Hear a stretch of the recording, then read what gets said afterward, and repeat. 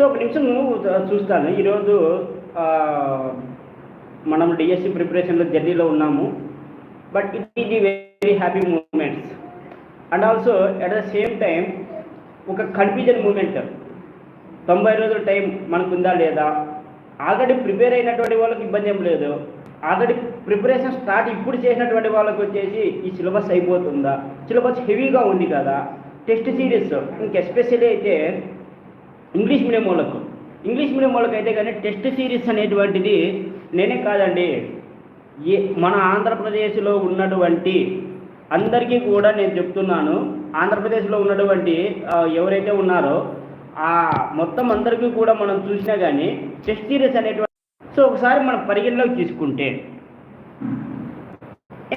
ఏంటంటే విషయం ఏమంటే, ఇది బుక్ ఏం బుక్, ఇంటర్మీడియట్ సెకండ్ ఇయర్ జంతు శాస్త్రము. ఇందులో ఏమున్నది, మానవునికి సంబంధించినటువంటి ఆల్ ఫిజియాలజీ అంతా ఉన్నది. క్వశ్చన్స్ వచ్చడానికి స్కోప్, లాట్ ఆఫ్ స్కోప్ ఉంది. జీర్ణక్రియ తీసుకో, శ్వాసించడం తీసుకో, తర్వాత శ్వాసక్రియ తర్వాత రక్త ప్రసరణ వ్యవస్థ, ఎక్స్క్రీషన్ సిస్టము, తర్వాత మజిల్ సిస్టము, నాడీ నియంత్రణ, తర్వాత అంత ఎండోక్రైన్ సిస్టము, తర్వాత ఇమ్యునాలజీ, తర్వాత రిప్రొడక్షన్ సిస్టము. సార్ ఇంత సిలబస్ ఉంది కదా, మాకు ఎప్పుడు కంప్లీట్ అయ్యేది? అసలు ఇంకొకటి పక్క ఇన్ని రోజులు వచ్చేసి మనకు సర్టిఫికేట్స్ ఇష్యూ ఉండింది. తర్వాత ఇప్పుడు ఈరోజు నిన్నటి నుంచి ఆ సర్టిఫికేట్స్ కోసం మనము వెంటపడలేదు. సో ఉన్నవాళ్ళు ఓకే, లేని వాళ్ళ పరిస్థితి చాలా అయోమయ పరిస్థితిలో ఉండేవాళ్ళు. బట్ ఇప్పుడు ఇది ఓకే. ఇప్పుడు ఇంకా దాని తర్వాత ఇంకొక కొత్త సమస్య ఇప్పుడు క్రియేట్ అయింది, టైం సరిపోతుందా? సో ఇంకొకటి కొత్త సమస్య ఏంటంటే టైం సరిపోతుందా? ఇంకా కొంతమంది ఇంతకు ముందు వచ్చేసి ఈ నోటిఫికేషన్ అనేటువంటి మనకి ఇచ్చినటువంటి టైంలో మనం ఎలా చదవాలా అన్నిటికీ కూడా చెక్ పెట్టే సమయానికే ఈ యూట్యూబ్లో ఇచ్చింది. నేను మీకున్నా ఎలా చదవాలనేటువంటి కూడా నేను చెప్తాను. సో నేను కూడా ఒక యాస్పిరెంట్గా చెప్తున్నాను. చిన్న ఎగ్జాంపుల్ చెప్తాను. సెకండ్ ఇయర్ ఫస్ట్ ఇయర్లో వచ్చేసి మీరు కానీ ఒకసారి కానీ బాగా చూసుకున్నట్లయితే అంత సిలబస్ ఆశించినటువంటి కంటెంట్ ఏం లేదు అక్కడ.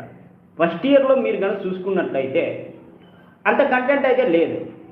కానీ సెకండ్ ఇయర్ విషయానికి వచ్చినట్లయితే ఎస్పెషల్లీ జువాలజీ పార్ట్ కానీ వచ్చినట్లయితే కానీ లాట్ ఆఫ్ బిట్స్ అడగడానికి స్కోప్ ఉన్నది, ఎలా క్వశ్చన్స్ ఫ్రేమ్ చేయాలన్నా ఉన్నది. సో ఇంకోటి ఏమంటే, ఇంతకు ముందు రాసినటువంటి డిఎస్సి ఎవరైతే రాసింటారో వాళ్ళ టీచర్స్, మీరు ఇంతకు ముందు రాసిన వాళ్ళకి కూడా ఒక విషయం చెప్తున్నాను. సో అప్పుడు ఉన్నటువంటి సిలబస్ వేరు, ఇప్పుడు ఉన్నటువంటి సిలబస్ వేరు. ఓకేనా? మరి ఇప్పుడున్నటువంటి పరిస్థితులు ఎలా చదవాలి? సో దీనికి నేను చెప్తున్నాను చూడండి, ఒక కీలక మంత్రం చెప్తున్నాను. సో ఇక చూడండి, నా దగ్గర ఉన్నటువంటి మెటీరియల్ ఏదైతే ఉన్నదో ఇంగ్లీష్ మీడియం సంబంధించినటువంటి మొత్తం అంతా కూడా నేను ఆల్రెడీ ఈరోజు యాప్లో కూడా అప్లోడ్ చేశాను. సో చూడండి, ప్రతిదీ కూడా ఈ విధంగా ప్రింట్అవుట్ తీసుకున్నాను. సరే, ఎందుకు నేను ప్రింట్అవుట్ తీసుకున్నాను? డబ్బులు ఏమన్నా ఎక్కువ ఉన్నాయా? కాదు, చదవాలి. ఎలా చదవాలి? సో చిన్నవి ఒక ఎగ్జాంపుల్లో నేను చెప్తాను చూడండి.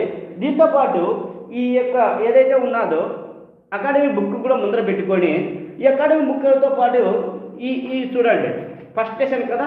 సో ఫస్ట్ లెసన్ మీరు కానీ బాగా చూసుకున్నట్లయితే కానీ డైజెషన్ అండ్ అబ్జార్ప్షన్. సో ఈ డైజెషన్ అండ్ అబ్జార్ప్షన్కి నేను ఏం చేస్తున్నానంటే ప్రతిదీ రాసుకున్నా. ఎందుకు ఆ క్వశ్చన్ తప్పు అయింది, ఎందుకు ఆ క్వశ్చన్కి ఆన్సర్ అయింది అనేసి. ఎన్ని క్వశ్చన్స్ ఉన్నాయో తెలుసా? ఇదంతా కూడా డైజెషన్ అండ్ అబ్జార్ప్షనే. సో టోటల్ 300 క్వశ్చన్స్ ఉన్నాయి. ఈ 300 క్వశ్చన్స్ నేను ఒక బాగా అంటే ఒక 3 hours టైం పెట్టాను. సో ఈ 3 hours టైం పెట్టిన తర్వాత కూర్చున్న తర్వాత ఈ డైజెషన్ అండ్ అబ్జార్ప్షన్ని ఒకసారి కానీ బాగా రివ్యూ చేస్తే కొంచెం పట్టు వచ్చింది నాకు. ఇందులో నేను గ్రూప్లో కూడా కొన్ని క్వశ్చన్స్ చదవడం స్టార్ట్ చేస్తే కొంతమందికి రైట్ చేశారు, కొంతమంది మెజారిటీ మెంబర్స్ వచ్చేసి you can go to the wrong answer. So very simple question అడిగాను. దంతాలు వచ్చేసి డాష్, సజీవమా నిర్జీవమా? సో పాక్షికంగా సజీవము, పాక్షికంగా నిర్జీవము, ఏది కాదు, లేదంటే చెప్పలేము అన్నట్టుగా నేను అడిగాను. దానికి చాలామంది ఏం చేశారంటే జస్ట్ సజీవము అని పెట్టారు. కానీ కరెక్ట్ ఆన్సర్ వచ్చేసి ఒక పక్క నిర్జీవము, ఒక పక్క సజీవము. కానీ ఎందుకు అది అయింది? ఓకేనా? అంటే ఎక్స్ప్లెనేషన్ ఇలాగా మనం ఒకసారి చూడండి. ఇది ఆల్రెడీ నేను కంప్లీట్ చేసేసాను. ఈ కంప్లీట్ చేసినటువంటి చాప్టర్ ఈ కంప్లీట్ అయినటువంటి చాప్టర్ని మనం ప్రింట్అవుట్ తీసుకొని ఇది ఎక్కడున్నది మహా అంటే 20 పేజెస్. ఈ 20 పేజెస్లో మనకు 300 బిట్స్. ఈ 300 బిట్స్ని మనము ఒకసారి రాసేసి ఆన్సర్ స్టిక్ కొట్టుకున్న తర్వాత అది ఎందుకు ఆన్సర్ అయిన తర్వాత మళ్ళీ మనం ఈ టెక్స్ట్ బుక్ చదివితే సూపర్గా అర్థమవుతాయి. సార్ నేను ఇంగ్లీష్ మీడియం కాదు సార్, నేను తెలుగు మీడియం. నేను కూడా తెలుగు మీడియమే. టీత్ అంటే దంతాలని మనకు తెలియదా? సలైవా అంటే లాలాజలం అని తెలియదా? ఎమైలేజ్ అనేటువంటి తెలుగులో అయినా ఎమైలేజ్ ఎంజైమ్ అవుతుంది, ఎమైలేజ్ ఇంగ్లీష్లో అయినా కానీ ఎమైలేజ్ ఎంజైమ్ అవుతుంది. ఓకేనా? సో మిత్రులారా, ఉన్నటువంటి సమయంలో ఈ సమయంలో ఎవరైతే స్మార్ట్గా చదువుతారో వాళ్ళే విన్నర్ అవుతారు, గుర్తుపెట్టుకో. ఓకేనా? అందరికీ సమయం అనేటువంటి గవర్నమెంట్ ఇంకా టైం ఇస్తే 90 days టైం ఏమన్నా ఇన్కేస్ ఎక్స్టెండ్ అయితే ఇంకా మనం అద్భుతాలు చేయొచ్చు.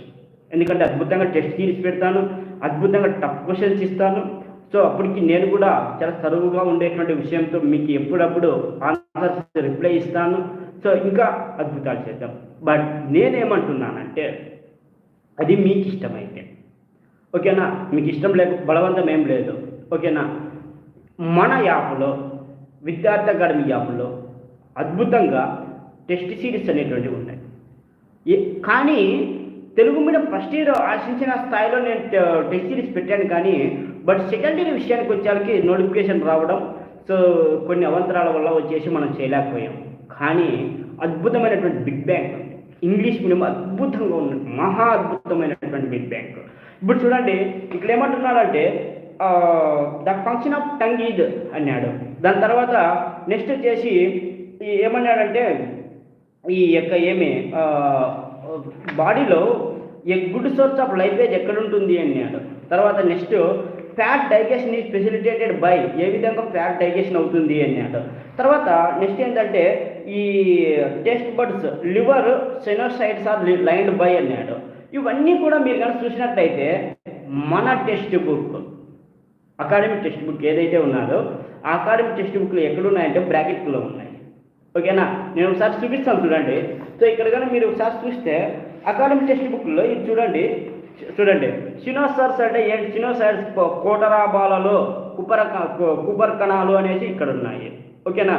దాని తర్వాత నెక్స్ట్ వచ్చేసి వీటినే కాళే స్థూల భక్ష్య కణాలని కూడా అంటారు అనేటువంటిది ఇక్కడ ఉన్నదనమాట. నెక్స్ట్ ఈ కాలేయం సంబంధించినటువంటిది ఇక్కడ ఉన్నది చూడండి. కాలేయం అనేటువంటిది ఏమేం పనులు చేస్తుంది అనే దాంట్లో విటమిన్లకు సంబంధించి ఇచ్చినాడు. ఏడిఈకే తర్వాత ఫ్యాట్ని ఏ విధంగా స్టోరేజ్ చేస్తుంది అనేటువంటిది. అంటే వీటిని ఏ విధంగా బిట్స్ ఫార్మేషన్ అవుతుంది అనేటువంటిది ఒక అద్భుతంగా ఉన్నటువంటి బిట్స్ ఇచ్చేందంటే ఇంగ్లీష్ మీడియం బిట్స్ ఉన్నాయి. మీకు నచ్చితే, ఓకేనా, మీకు టైం బాగా ఉంటే మీరు ప్రాక్టీస్ చేయాలనుకుంటే నేను చెప్తున్నా, డిస్క్రిప్షన్లో యాప్ లింక్ ఇస్తాను, వాట్సాప్ గ్రూప్ ఇస్తాను. సో మీరు ఆ యాప్ డౌన్లోడ్ చేసుకోండి. సో ప్రింట్అవుట్ ఆప్షన్ ఇచ్చాను, హ్యాపీగా ప్రింట్ తీసుకోండి, చదవండి. 5 రోజుల్లో సెకండ్ ఇయర్ని ఎత్తిపెట్టచ్చు. ఎత్తిపెట్టిన తర్వాత రివిజన్. మిగిలినటువంటి 40 daysలో మనకి 50 రోజులు సమయం ఉందనుకుంటే ఆల్రెడీ వారం రోజులు వెళ్ళిపోయింది. ఇంకో 45 days ఉన్నదనుకుంటే 5 రోజుల్లో మనం చదివేస్తే ఇంకో 40 daysలో నువ్వు తిప్పి కొడితే ఒక 20 times రివిజన్ చేస్తావు. 20 times కూడా వద్దబ్బా, 10 times రివిజన్ చేస్తావు అనుకుంటే నీకు ఎక్కడికి రావుతుంది సబ్జెక్ట్? హ్యాపీగా వస్తుంది. వివారంగా రేసులో ఉంటావు. ఎక్కడుంటావు అనేటువంటిది నువ్వే డిసైడ్ చేసుకుంటావు. ఓకేనా? సో ఇది నా అడ్వైస్, నేను చెప్పగలుగుతున్నా వితిన్ 10 minutes లైవ్. ఓకేనా? So thank you. సో లైవ్లోకి వచ్చినటువంటి ప్రతి ఒక్కరికి కూడా థ్యాంక్ యూ. ఓకేనా? If you have any doubts please be in WhatsApp, don't make call. Thank you so much. Have a nice day and good night.